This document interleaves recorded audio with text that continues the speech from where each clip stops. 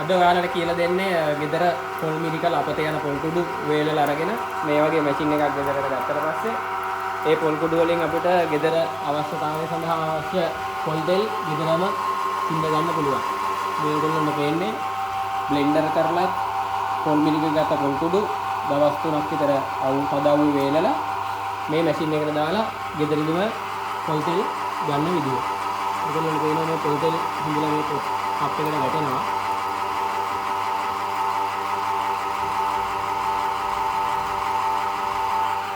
මේ මැෂින් එක ලංකාවෙත් මිලදී ගන්න පුළුවන්. normal ගෙදර කරන්ට් එකෙන් වැඩ කරන්න තියෙන්නේ.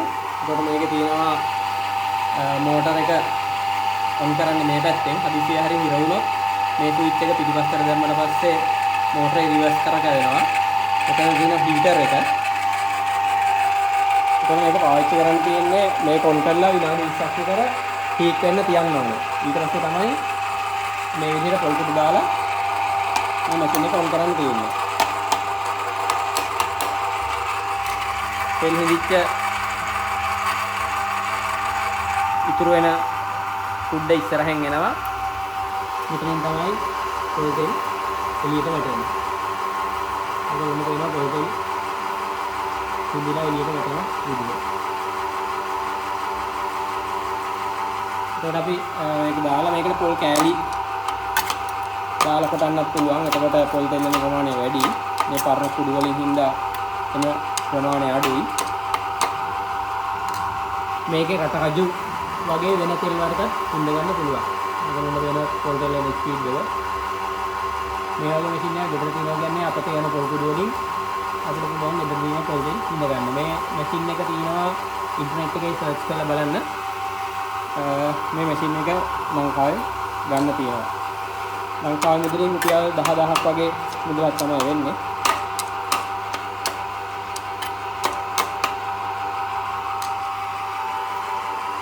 අපිට පොල් කෑලි වලින් පොල් හිඳිනවා නම් ඊට වැඩි ඉක්මනට හිඳ ගන්න පුළුවන්. මේ පොල් කුඩු හිඳ තමයි ටිකක් වෙලා යන්නේ. මේ හිඳිලා ඉවර වෙච්ච කුඩ තමයි එළියට එන්නේ. මේක පොර විදියට රෝස කලර් වලට මිනිස් ප්ලස් වලට දාන්න පුළුවන්.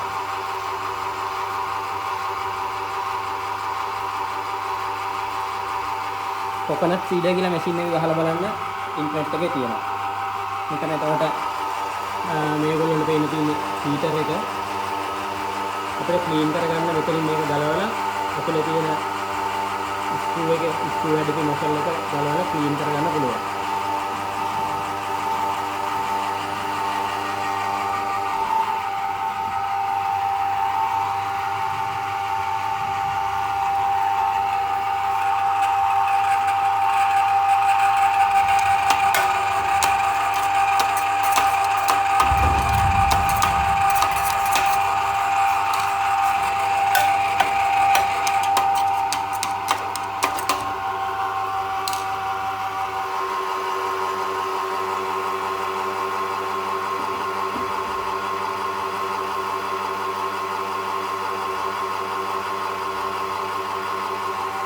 ඔයාලා ගෙදර මේ මැෂින් එකක් අරගෙන තියාගන්න.